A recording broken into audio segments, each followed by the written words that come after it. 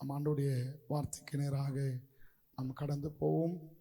Mark எழுதின சுவிசேஷம் 10ஆம் அதிகாரம் 46ஆம் வசனத்திலிருந்து 52ஆம் வசனம் வரைக்கும் ஒரு சில சத்தியத்தை இன்றைக்கு நாம் தியானிக்க போகிறோம். நம்முடைய விசுவாசம் அல்லது உன் விசுவாசம் என்ற தலைப்பில் நேரம் இருந்தால் ஒரு 3 நபர்களை குறித்து இன்றைக்கு நாம் தியானிக்க போகிறோம். அது நம்முடைய வாழ்க்கையில் மேன்மையானதாய் இருக்க போகிறது. யாராவது ஒருவர் மார்க்கு 10ஆம் அதிகாரம் 46ஆம் வசனம் 47ஆம் வசனத்தை வாசிக்கலாம். பின்பு அவர்கள் எரிகோவுக்கு வந்தார்கள். அவரும் அவருடைய சீஷர்களும் திரளான ஜனங்களும் எரிகோவை விட்டு புறப்படுகிற போது திமேயுவின் மகனாகிய பர்திமேயு என்கின்ற ஒரு குருடன் வழியருகே உட்கார்ந்து பிச்சை கேட்டுக் கொண்டிருந்தான். அவன் நசரனாகிய இயேசு வருகிறார் என்று கேள்விப்பட்டு, இயேசுவே, தாவீதின் குமாரனே, எனக்கு இரங்கும் என்று கூப்பிடத் தொடங்கினான். எத்தனை பேர் கை உயர்த்தி ஆமென் சொல்ல போறேன்? இந்த குருடனுடைய வாழ்க்கையில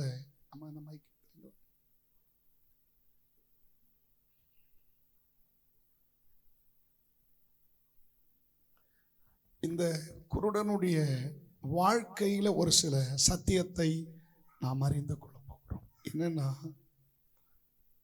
இந்த குருடனுடைய வாழ்க்கையில தேவன் அவனுடைய கண்களை எப்படி திறந்தார் பாருங்க. முதல் காரியம், இயேசுவை குறித்து கேள்விப்பட்டவனாய் இருந்தான். எத்தனை பேர் கை உயர்த்தி ஆமென் சொல்ல போறேன்? உங்களுக்கு சொல்லட்டுமா? நாம் அனைவரும் இயேசுவை குறித்து கேள்விப்பட்டவர்களும் கிடையாது, இயேசுவை நன்கு அறிந்தவர்கள். சத்தமா ஆமென் சொல்லுவோம். அவன் ஆல்ரெடி இயேசுவை குறித்து கேள்விப்பட்டிருக்கிறான். எப்படா இந்த இயேசுவை நம்ம சந்திக்கலாம்? இயேசு ஒருவர் மட்டும்தான் எனக்கு தேவையான அற்புதத்தை அவர் செய்வார். இயேசுவால் மட்டும்தான் என்னுடைய எல்லா சூழ்நிலைக்கும் விடுதலை கிடைக்கும். எப்போ ஆண்டவரை சந்திக்கலாம்? நான் நினைக்கிறேன், ஒவ்வொரு நாளும் அவன் பிச்சை கேட்கும் போதெல்லாம் அவன் எண்ணிருப்பான், எங்கெங்கயோ போற இயேசு என் வழியில் வரக்கூடாதா? என்னை சந்திக்க கூடாதா? என்னுடைய வாழ்க்கையை மாற்றக்கூடாதா? அப்படியெல்லாம் நினைச்சிருப்பான். வேதம் சொல்லுகிறது, அந்த வழியாக இயேசு போகிறார். வலது கரத்தை வைத்து ஆமென் சொல்லுவோமா? குருடனுக்கு பார்வை இல்லாவிட்டாலும் அசைவை வைத்து, உணர்வை வைத்து, குரலை வைத்து அவன் அழகாகவே கண்டுபிடிப்பான். ஏசப்பாவுடைய அற்புதம் தெரியுங்களா? நமக்கு நல்ல பைபிள் கொடுத்திருக்கிறார். இவ்வளோ வல்லமையான ஜீவனுள்ள வார்த்தைகளை கொடுத்திருக்கிறார். இயேசுவை அறிந்து கொள்கிற அந்த விசேஷ ஞானத்தை கர்த்தர் நமக்கு கொடுக்க வேண்டும். கைவர்த்த எத்தனை பேர் ஆமென் சொல்ல போறோம்? நம்ம ஆண்டவருடைய பிள்ளைகளாக இருக்கலாம். பிரச்சனைகள் வரும்போது நம்ம எப்படி நாம் பார்க்கின்றோம்? சில தடுமாற்றங்கள் நம்முடைய வாழ்க்கையில் வரும்பொழுது நாம் எப்படி ஆண்டவரை அறிந்து கொள்ளுகிற அந்த அறிவு நமக்கு எப்படி இருக்கிறது? நம்முடைய விசுவாசம் தளர்ந்து போய் கொண்டிருக்கிறதா, அல்லது நம்முடைய விசுவாசம் திடமானதா இருக்கிறதா? ரொம்ப பெருசெல்லாம் ஆண்டவரை அறிந்து கொள்ளலை. அவர் அற்புதங்களை செய்கிறார், அதிசயங்களை செய்கிறார், அவ்வளவுதான் அறிஞ்சிருக்கிறான். ஆனால் அவனுக்கு தெரியாது, இவனை சந்திக்க வந்த இயேசு இவன் வாழ்க்கையை மாற்றுகிறவர். இந்த நாளை நான் காலை நேரத்தில் உங்களுக்கு நான் சொல்றேன், இயேசுவை நீங்கள் அறிந்திருக்கிற மக்களாக மட்டுமல்ல, இயேசு மட்டும்தான் என் வாழ்க்கைக்கு போதுமானவராக இருக்கிறார். இந்த அறிவு இருந்தாலே போதுங்க. நம்முடைய தகுதியோ, நம்முடைய திறமைகளோ, நம்முடைய சக்தியோ ஒன்றும் கிடையாதுங்க. இயேசுவை அறிந்தால் போதும். கர்த்தருடைய பிள்ளைகளே, அல்லேலூயா. பக்கத்தில் பார்த்து சொல்லுங்க, இயேசு நல்லவர் என்று அறிந்திருக்கிறோம், வல்லவர் என்று அறிந்திருக்கிறோம். அவர் எல்லா சூழ்நிலையிலும் அற்புதங்களை செய்கிறவர் என்பதை நாம் அறிந்தே ஆக வேண்டும். கை உயர்த்தி ஆமென் சொல்லுவோமா? 91 எனக்கு திருமணமானது. திருமணமாகும்போது அவங்க நல்ல ஆசீர்வதிக்கப்பட்ட ஒரு கர்த்தருடைய ஊழியக்காரருடைய சகோதரி. ஆனால் நாங்கள் கிராம ஊழியம், தங்குவதற்கு வசதிகள் இல்லை, வீடுகள் இல்லை, எந்த வசதியும் கிடையாது. குடிசை விளவு என்ன வசதி இருக்கும்? எதுவுமே கிடையாது. பாருங்க, அந்த இடத்துல கர்த்தருடைய ஊழியத்துக்கு நான் ஒப்பு கொடுக்கும்போது அவர் நமக்கு சொன்னாரு, உனக்கு ஒரு வீட்டை நான் கொடுப்போமா அப்படின்னு.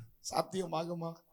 நாடுகள் தெரியாது, வீடுகள் தெரியாது, கிராமம் மட்டும்தான் தெரியும். நம்ம நிறைய விஷயத்தை நம்ம யோசிக்கிறோம். விசுவாசம் என்பது எவ்வளவு பெரியது என்பதை நாம் சிந்திக்க மறுக்கிறோம். நான் உங்களுக்கு சொல்றேங்க, விசுவாசத்தினால் முடியாதது, தேவனால் முடியாதது இந்த உலகத்தில் எதுவுமே இல்லை. எத்தனை பேர் கை உயர்த்தி ஆமென் சொல்லுங்க. அப்போ ஆண்டவர் சொன்னது அப்படியே விசுவாசித்தேன். எந்த எதிர்பார்ப்பும் கிடையாது. உங்களுக்கு நான் சொல்றேம்மா, குழந்தையை போல இயேசுவை நம்பணும்மா. எது நடக்குதோ நடக்கலையோ கர்த்தர் சொன்னால் நடக்கும். அப்ப இந்த சாட்சியை நான் என் குடும்பத்தில் சொன்னேன், என் மனைவிடத்தில் சொன்னேன், மனைவி உறவிடத்தில் சொன்னேன். அவங்க சொன்னாங்க, தம்பி உனக்கு யாருமே அறிமுகம் இல்லைப்பா, இப்போதைக்கு நீங்கள் ஒரு வாடகை வீடு எடுத்துக்கோ. ஏன்னா என் தங்கச்சி ரொம்ப வசதியில் இருந்தாங்க, இங்கே பாத்ரூம் கூட இல்லை, ரெஸ்ட் ரூம் கூட இல்லை, எப்படிப்பா தங்க முடியும், பெட்ரூம் இல்லைப்பா. அவங்ககிட்ட சொன்னேன், இயேசு நிச்சயமாகவே எனக்கு ஒரு வீட்டை கொடுப்பார். யாராவது நீங்கள் விசுவாசத்தில் கொஞ்சம் தளர்ந்து போயிருந்தா கவலைப்படாதீங்க. உங்க வாழ்க்கையே மாற்றும் பெரிய சக்தி இயேசு என்ற மாபெரும் தெய்வம். அல்லேலூயா. இயேசு என்ற மாபெரும் தகப்பன் தான் அவர் வல்லமையான சக்தி. 91 93 வரைக்கும் கன்ஃபஸ் பண்ணுங்க, ஆண்டவரே எங்களுக்கு ஒரு வீடு கொடுக்குற, நீங்கள் கர்த்தர் கொடுப்பார். காலையில் ஊழியத்து போவோம், மாலையில் வருவோம். என்னுடைய மனைவிடத்தில் சொல்லுவேன், யாராவது ஒரு சாவி கொடுப்பாங்க, வாங்கி வை. சாத்தியம் இல்லை.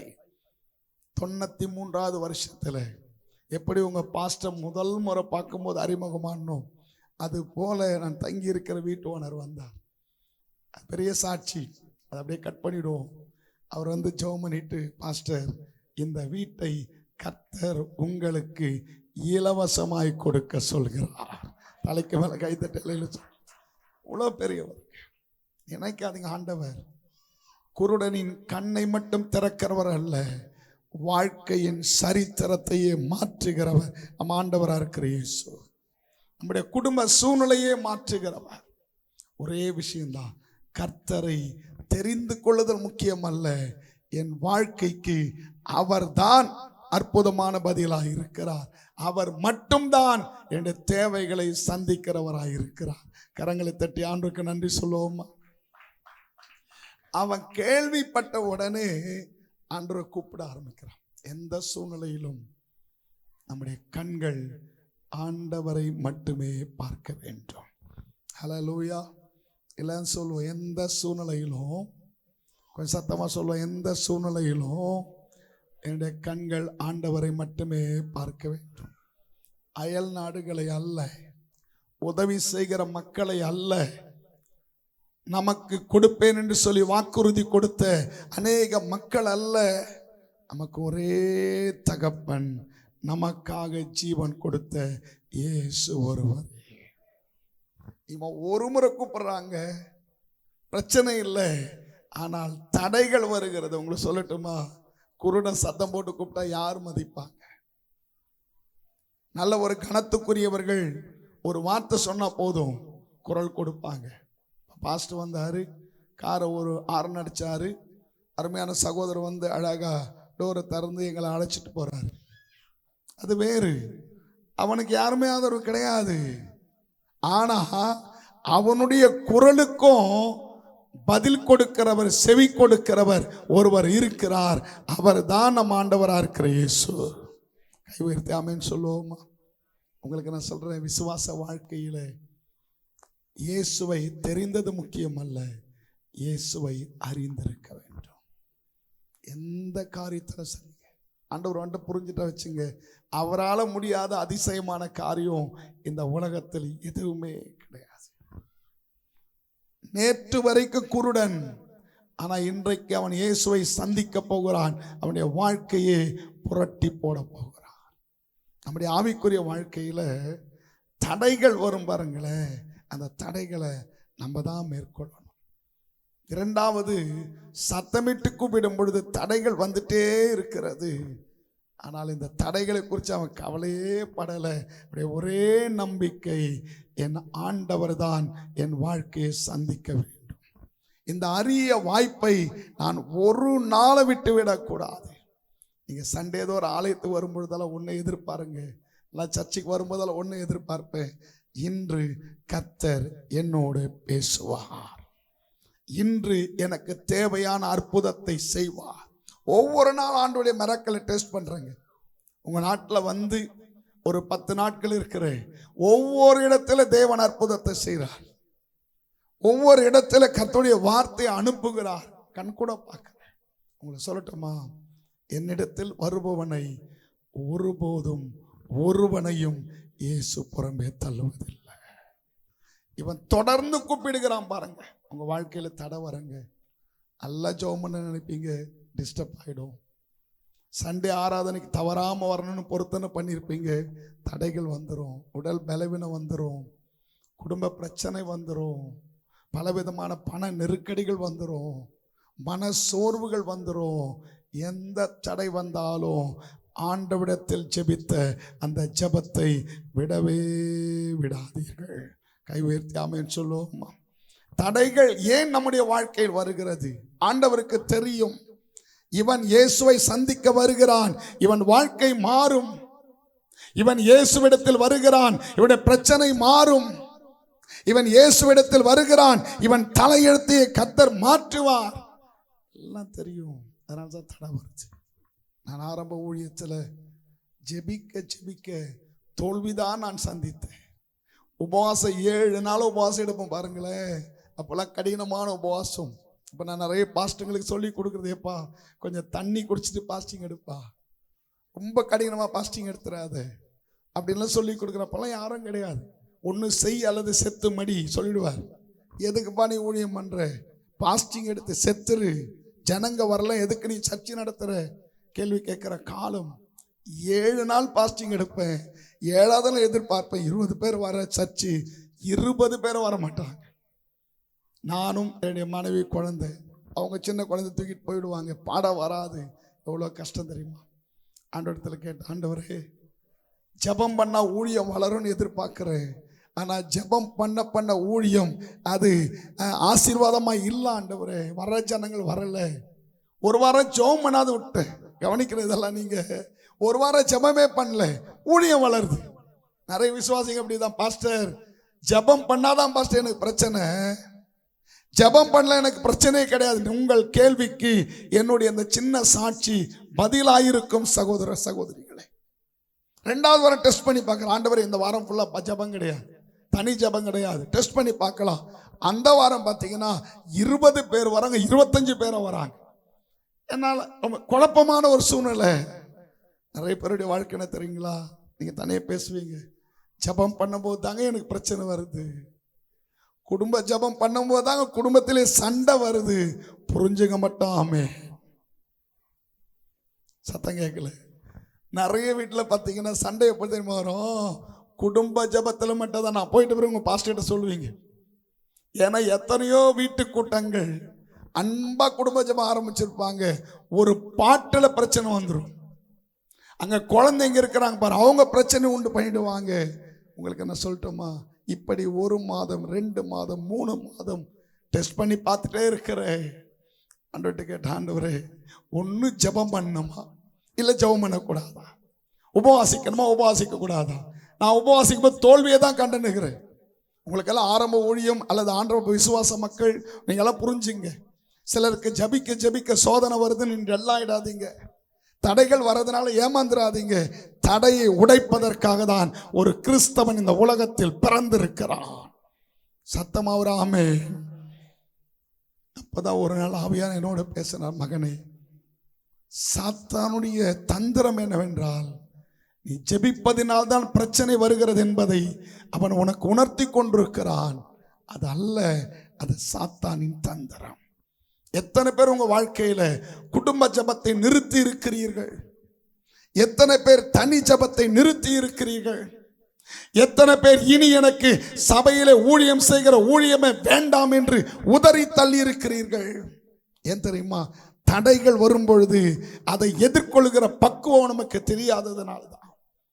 பரிசுத்தர் சொன்னார், மகனே இதெல்லாம் அற்ப ஆசீர்வாதம்பா, 6 மாசத்துல இந்த ஊழியம் ஒன்றும் இல்லாத போயிடும். உன்னுடைய ஊழியம் நீ பொறுமையா ஜெபம் பண்ணிட்டு இரு. நான் உன்னை உயர்த்துவேன் என்று வாக்கு கொடுத்தா. பக்கத்துல பார்த்து சொல்லுங்க, பொறுமை உள்ளவர்கள் பாக்கியவான்கள். சத்தம் கேட்கல. பொறுமை உள்ளவர்கள் பாக்கியவான்கள், அவர்கள் சிறுமைப்படுவதே இல்லை. ஆண்டவருடைய வசனத்தை நீங்க டேஸ்ட் பண்ணுங்க. தடை வந்தா இன்னைக்கு தடை நிறைய பேர் மாற போறீங்க. உபவாசம் அதற்கு ஒரு தடை, தனி ஜெபம் அதற்கு ஒரு தடை, குடும்ப ஜெபம் அதற்கு ஒரு தடை, கர்த்தருடைய ஊழியம் அதற்கு ஒரு தடை. இந்த தடையை கொடுக்கிறது யார்? பொல்லாத சத்துரு நம்முடைய ஆவிக்குரிய வளர்ச்சியை தடுத்து கொண்டிருக்கிறான். நண்பர்களே, ஆவியான சொன்னார், மகனே ஜனங்க வரட்டும், வராவிட்டால் போகட்டும், நீ என்னிடத்தில் ஜெபிக்கிறதை தொடர்ந்து ஜெபித்துக் கொண்டிரு என்று சொன்னார். அந்த குரலை நான் தீர்க்க தரிசனமாக எடுத்துக்கொண்டேன். அநேக பரிசுத்தவான்கள் ஊழியர்கள் அந்த ஆற்றில கர்த்தர் பேசுவார். அவருடைய குரலை நாம் தனித்து கூட கேட்க முடியும். கிட்டத்தட்ட தேவன் மகிமைக்காக நான் சொல்றேங்க, ஒரு 3-4 முறை ஆண்டுடைய குரலை நான் கேட்டிருக்கிறேன்.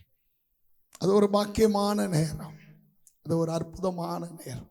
உங்க வாழ்க்கையில யாரெல்லாம் தடையா ஃபீல் பண்ணி கொண்டிருக்கிறீங்களோ, இன்றைக்கு இந்த பர்தேமியின் விசுவாசம் உங்கள் ஆவிக்குரிய வாழ்க்கையை தட்டி எழுப்ப போகிறது. கை உயர்த்தி ஆமென் சொல்லுவோமா? நான் தேவ மனுஷனாய் உங்களுக்கு நான் சொல்லுகிறேன், சிலருக்கு ஜெபிக்கும் பொழுதே பலவீனங்கள் ஸ்டார்ட் ஆயிடும். சிலர் ஜெபிக்கும் பொழுதே சோதனைகள் ஸ்டார்ட் ஆயிடும், துவங்கிடும். பயப்படாதீங்க. நான் அன்று முதல் உபவாச ஜெபத்தை தொடர்ந்து செய்து கொண்டு வந்தேன். ஒரு முறை உங்களுக்கு நான் சொல்லட்டுமா? ஒரு நல்ல குடும்பம் வந்தாங்க, சந்தோஷம். ஒரு நல்ல கம்பெனி மேனேஜர் குடும்பம். எல்லாரும் ரொம்ப நாட்கள் 95 நான் 2000 உங்களுக்கு நான் சொல்லுகிறேன். அந்த 6 வருஷம் 7 வருஷம் படாத பாடுபட்ட நான் ஊழியத்தில் பயங்கரமான நெருக்கம். ஜபத்தை மட்டும், உபவாசத்தை மட்டும், என்னுடைய பரிசுத்தத்தை மட்டும், என்னுடைய கர்த்தருக்காய் வைராக்கியமா வாழ்கிற வாழ்க்கையை நான் விட்டு விடவே இல்லை. கை உயர்த்து ஒரு ஆமென் எத்தனை பேர் சொல்லுவீங்க? இந்த சத்தியம் உங்கள் மனதை நிச்சயமாகவே திறக்கும். தடை என்பது உங்களை விழுவதற்கு அல்ல, உங்களை அந்த தடைகளை மேற்கொள்ள வேண்டிய வல்லமையை கர்த்தர் உங்களுக்கு கொடுக்கிறார். எல்லாரும் சேர்ந்து சொல்லுவோம், தடை என்பது என் வாழ்வின் நன்மைக்காகவே. ஜபத்தை மட்டும் விடாதே நண்பர்களே, வேத தியானத்தை ஒரு நாள் விட்டுறாதீங்க. சபை கூடி வருதலை எந்த நெருக்கடி வந்தாலும் சரி, நீங்க எந்த சர்வீஸுக்கு வரீங்களோ, நான் அனுபவித்ததை உங்களுக்கு நான் சொல்லுகிறேன். என்னை உயர்த்தின விதம் உங்க பாஸ்டர் நிச்சயமா உங்களிடத்தில் தனித்து சொல்வார். தகுதியே இல்லாத என்னை எப்படி கர்த்தர் உயர்த்தினார், அந்த வாய்ஸ் ஆண்டவருடைய சத்தத்தை புரிந்து கொண்டேன். அவர் சொன்னார், எந்த நெருக்கடி இருக்கட்டும், ஜனங்களே இல்லாமல் போகட்டும்பா, நான் தேவ தூதர்களை உன் சர்வீஸில் வந்து நிற்கிறதாக நீ தரிசனம் காணு என்று சொன்னார். 95, 96, 97, 98, 2000, இந்த 2000 கடந்து வந்த என் ஊழியத்தையே கர்த்தர் புரட்டி போட்டு விட்டார். கரங்களை தட்டி அலையில சொல்லாமா? அற்புதத்தை பெற்றுக் கொள்கிற வரைக்கும் தடைகளை பார்த்து நீ ஏமாந்து விட வேண்டாம். அதிசயத்தை பெற்றுக் கொள்கிற வரைக்கும் தடைகள் உங்கள் வாழ்க்கையில் வரும் பொழுது அதை பெரிதாக எடுத்துக்கொள்ள வேண்டாம். உனக்காக சிலுவையிலே சுமந்த இயேசு, உனக்காக கெத்செமனே தோட்டத்தில் இரத்த வேர்வை சிந்தின இயேசு, அவர் தடைகளை பார்த்து கலங்கவில்லை, தடைகளை நேரடியாய் சந்தித்தார். சாத்தானை நேரடியாய் சந்தித்தார். நீங்கள் நானும் ஒரு சவாலான விசுவாச பிள்ளைகளாய் இருக்க வேண்டும். கைதட்டி அலையில சொல்லாமா? நான் விசுவாசிக்கிறேன், இன்னைக்கு உங்க ஜெப வாழ்வு புதுப்பிக்கப்படுவதாக. தலைவலி வரட்டங்க, தலைவலியோடு ஜெபம் பண்ணி பாருங்க. அரை மணி நேரம் 1 மணி நேரம் தீர்க்க தரிசனமா உங்களுக்கு நான் சொல்றேன். எந்த தடையா வரட்டும், வாழ்க்கையின் தடையோ, குடும்பத்தின் தடையோ, வியாபாரத்தின் தடையோ, அல்லது நீங்கள் ஊழியத்தில் கூட இந்த ஸ்தலத்தில் இருக்கலாம், அதில் எழும்பி பிரகாசிப்பதற்கு தடையாக இருக்கலாம். மற்றவர்களை கம்பேர் பண்ணி அல்லது மற்றவர்களுக்கு ஒரு மேன்மை கிடைக்கிறது என்று உன்னை நீங்கள் தாழ்வாய் நினைத்து கொண்டிருக்கலாம். நான் உங்களுக்கு சொல்லுகிறேன், யோசேப்பின் தேவன் இன்றும் ஜீவிக்கிறார். கைதட்டலிலே சொல்லாமா?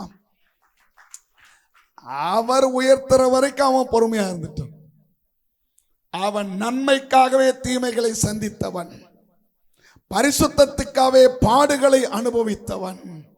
அவன் வாழ்வில் வருகிற தடையெல்லாம் அவன் துவண்டு போகவே இல்லை. அவன் ஒரே ஒரு நம்பிக்கை, ஒரு நாள் இந்த தேசத்தின் தலைவனாய் நான் மாறுவேன். எத்தனை பேர் கை உயர்த்தி ஆமேன்னு சொல்ல போறீங்க? ஒரு நாள் இந்த சபையில உங்களை ஆசீர்வதிக்கப்பட்ட குடும்பமாக கர்த்தர் நிறுத்துவார். நெருக்கடி இல்லாத குடும்பமாக கர்த்தர் உங்களை நிறுத்துவார். உபத்திரவத்தை மாற்றி போட்டு உபத்திரவத்தையும் தீங்கையும் காணாத ஆண்டவருடைய பிள்ளைகளாய் உங்களை மாற்றுவார்.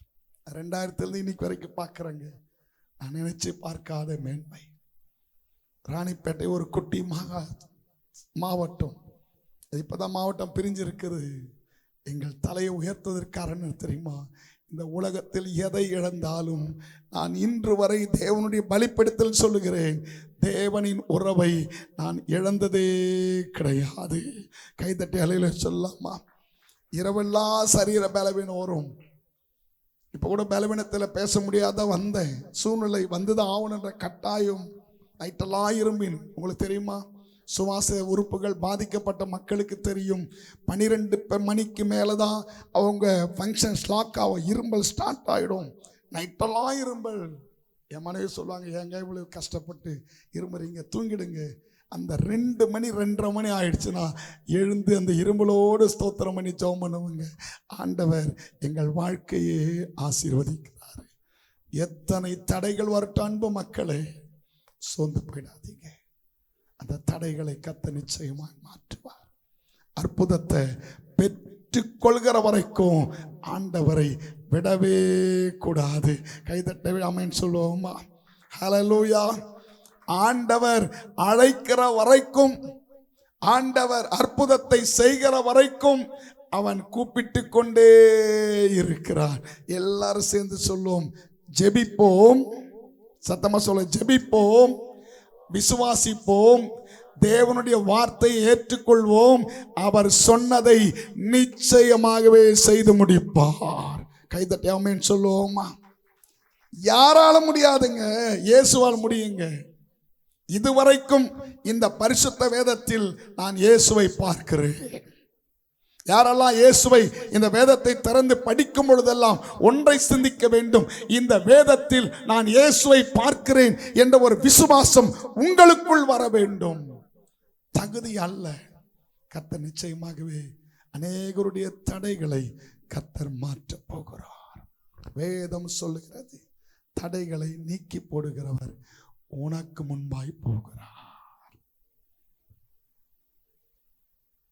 அவனை அழைக்கிறாங்க பாருங்க.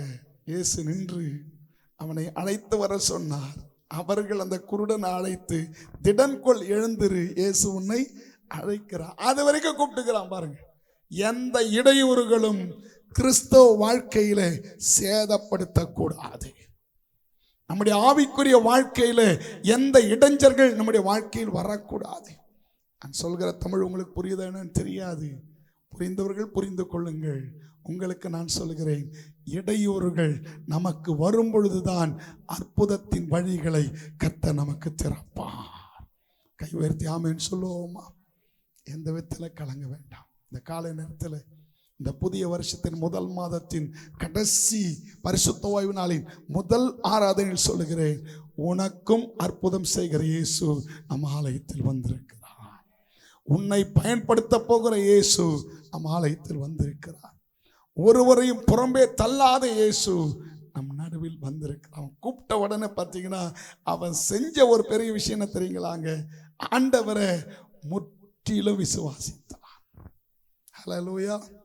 அதனால தான் அவன் என்ன சொன்னா, குருடனுக்குரிய அடையாளமா இருக்குது பாருங்க மேல் வஸ்திரம், அதை தூக்கி எறிஞ்சிட்டான்.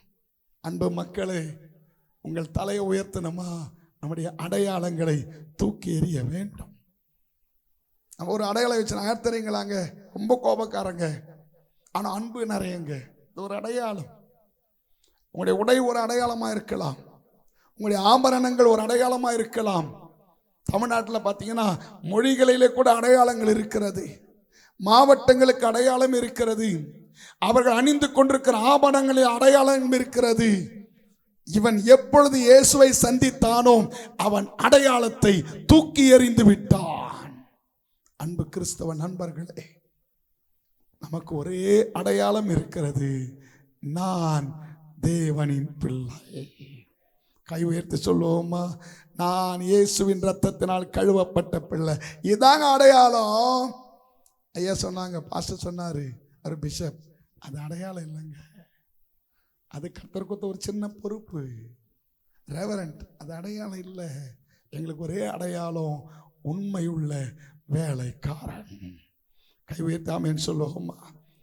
போடுற கோட்டெல்லாம் அடையாளம் இல்லைங்க, அது ஒரு ஒழுக்கம், அது ஒரு அழகு. நான் பாஸ்டை பார்த்து தான் கோட்டை போட்டு வந்தேன். இல்லை, நான் ஒயிட் ஷர்ட்டு இன் பண்ணுற ஆளே கிடையாது. அவருக்காக நான் போட்டு வந்திருக்கிறேன், உங்களுக்காக போட்டு வந்திருக்கிறேன். எங்கள் சர்ச்சில் பார்த்தீங்கன்னா நாங்கள் இன்னே பண்ண மாட்டோம், சிம்பிளாக சர்ச்சில் வரும். அவருக்காக அவர் பார்த்தா அழகாக இருக்குது. அடையாளம் என்பது வேறு. அந்த அடையாளத்தில் வேறுபாடுகள் வரக்கூடாது, அந்த அடையாளத்திலே மேட்டிமைகள் வரக்கூடாது. இந்த வசனத்தை கர்த்தர் முதல் ஆராதனை சொல் என்பதினால் தான் இந்த சத்தியத்தை உங்களுக்கு நான் சொல்லுகிறேன். உங்கள் பதவி என்பது ஒரு அடையாளம் அல்ல, உங்கள் தகுதி என்பது ஒரு அடையாளம் அல்ல, உங்களுடைய பலன் என்பது ஒரு அடையாளம் அல்ல. சபைக்கு வந்துவிட்டால் எல்லோரும் கர்த்தரின் பிள்ளைகள். அந்த ஒரு அடையாளம் தான் நம்மை அடையாளப்படுத்த வேண்டும். எத்தனை பேர் ஆமென் சொல்லுங்க? ஒரு சில பாஸ்டர்கிட்ட சொல்லுவேன், தம்பி, இந்த பிஷப்னு என்னை கூப்பிடாதப்பா, எனக்கு ஒரே அடையாளம், ஊழியக்காரன். இது வரைக்கும் நான் விசிட்டிங் கார்டு அடிச்சதே இல்லை. எப்போ அந்த பொறுப்பை கொடுத்தாங்களோ விசிட்டிங் கார்டை தூக்கி போட்டு. ஏனென்றால் அந்த பொறுப்புக்கு தகுதியானவர்கள் நாம் அல்ல. எனக்கு ஒரே தகுதி, இன்றைக்கு இயேசு வந்தாலும் உத்தமமான ஊழியக்காரன்னு என்ன சொல்றாரு பாருங்க, அதே ஒரு தகுதி போதுங்க. பக்கத்தில் பார்த்து சொல்ல, உன் அடையாளம் என்ன? கோபம்தான் அடையாளமா? சுபாவம் தான் அடையாளமா? பிறரை பழி சொல்லுகிறது, மன்னிப்பு கேட்கறது அடையாளமா? அல்லது நான் உடுத்துகிற உடுப்புகள் அடையாளமா? எதுவுமே அடையாளம் ஏசப்பாடு வரக்கூடாது. இவன் என்றைக்கு வந்தானோ இவனை போஷிக்கிறதும் இவனுக்கு நம்பிக்கை இருக்கிற அனைத்தை தூக்கி எறிஞ்சு விட்டாங்க. அவனுக்கு தெரியும், இயேசுவை நம்பி போகிறேன், இந்த அடையாளத்தினால ஏதோ எனக்கு ஒரு சின்ன ஆசீர்வாதம் கிடைக்கும். இந்த அடையாளத்தை தூக்கி எறிந்து விட்டு இயேசுவின் பிள்ளை என்ற ஒரு அடையாளமாய் மாறும் பொழுது என்னை கர்த்தர் உலகத்துக்கு வெளிச்சமாய் மாற்றுவார். உங்க நாட்டுக்கு வருவதற்கு வாய்ப்பே கிடையாதுங்க, ஃப்ளைட் ஏறுவதற்கு வாய்ப்பே கிடையாதுங்க. எப்படி வாய்ப்பை கொடுக்கிறாரு? எப்படி நட்புகளை கர்த்தர் கொடுக்கிறாரு? நம்மால் முடியாதுங்க. ஒரு மனுஷன் கர்த்தருக்கு உண்மையா இருந்தா அவனுக்காக எதையும் செய்வதற்கு ஆயத்தமாயிருக்கிறார், அவனுக்காக எதையும் கொடுப்பதற்கு ஆயத்தமாயிருக்கிறார். ஒரு சில நேரத்தில் ஏன் அற்புதத்தை பெற்றுக்கொள்ள மறுக்கிறோம்? நமக்கும் ஆண்டவருக்கும் இருக்கிற சில கோணலான காரியங்களை தூக்கி எறிய மறுக்கிறோம். அந்த விசுவாசத்தின் வழி நம்ம என்ன நினைக்கிறோம்? அவர்களுக்கு அற்புதம் நடந்ததுங்க, இவர்களை கர்த்தர் ஆசீர்வதிச்சாருங்க, இவர் 3 மாதம் வந்திருக்கிறார், இவருக்கு ஒரு ப்ரொமோஷன் வந்ததுங்க, இவர் 2 வருஷம் தான் சர்ச்சுக்கு வந்திருக்கிறார், இவர் பாட்டு பாட வாய்ப்பு கிடைச்சிருக்குதுங்க, இவர் 3 வருஷத்துல 5 வருஷத்துல ஒரு அழகான வீடு கட்டிட்டாருங்க. அவர்கிட்ட போய் கேளுங்க, எப்பா எப்படி உனக்கு இந்த 5 வருஷத்துல ஆசீர்வாதம் இருக்குது? நான் 20 வருஷம் சர்ச்சுக்கு வரேன், நீ வருத்தப்பட வேண்டாம், நம்முடைய சர்ச்சில் மாதிரி சொல்றேன். நீ 30 வருஷம் சர்ச்சுக்கு வர, ஏன் என்னால முடியல? ஏதோ ஒரு தடை தேவனுக்கு உனக்கும் இருக்கிறது. அந்த அடையாளத்தை தூக்கி எறியும் பொழுது இன்று உனக்கு கதவு திறக்கப்பட போகிறது. இந்த புதிய வருஷத்தின் முதல் கடைசி பரிசுத்த ஓய்வு நாளிலே நான் தேவ மனுஷனாய் நான் சொல்லுகிறேன், உனக்கும் தேவனுக்கும் இருக்கிற தடைப்படுகிற அடையாளத்தை இன்றைக்கு தூக்கி எறிந்து விடு. அது தவறான வாழ்க்கையா இருக்கலாம், தவறான சிந்தனையா இருக்கலாம், அல்லது அவிசுவாசமா கூட இருக்கலாம், அல்லது பிறரை பார்த்து மன வருத்தம் கூட அடைந்திருக்கலாம். மற்ற ஏதாவது இருக்கலாம். கர்த்தர் சொல்றாரு, இந்த அடையாளம்லாம் எனக்கு தேவையில்லை. இந்த அடையாளம் சாப்பாடு மட்டும்தான் கொடுக்கும். ஆனால் இயேசு வந்தால் வாழ்க்கையே மாறிவிட்டது. கைதட்டி அலையில சொல்லுவோமா? இன்றைக்கு நம்முடைய வாழ்க்கையில சம்பூர்ண ஆசீர்வாதத்தை கொடுக்கிற ஆண்டவர் நம் நடுவில் இருக்கிறாரே. இயேசுவிடத்தில் வந்த ஆண்டவரே, என் வாழ்க்கையில எனக்கு எதுவும் வேணாம் ஆண்டவரே, நான் பார்வை அடைந்தால் போதும் ஆண்டவரே. கைதட்டி அலையில சொல்லாமா? ஆண்டவரை மட்டும் கண்ட்ரோல் பண்ணி கேட்டா கூட அவர் எக்ஸ்ட்ரா கொடுக்கிற ஆண்டவர் நாம ஆண்டவராக இருக்க தேவன். வேதம் சொல்லுகிறது, ஆண்டவர் சொன்ன ஒரே விஷயம், நீ போலாம் வா, உன் விசுவாசம் உன்னை ரட்சித்தது என்றார். உடனே அவன் பார்வையடைந்து வழியிலே வீட்டுக்கு போகவில்லை, இயேசுவோடு நடந்தார்.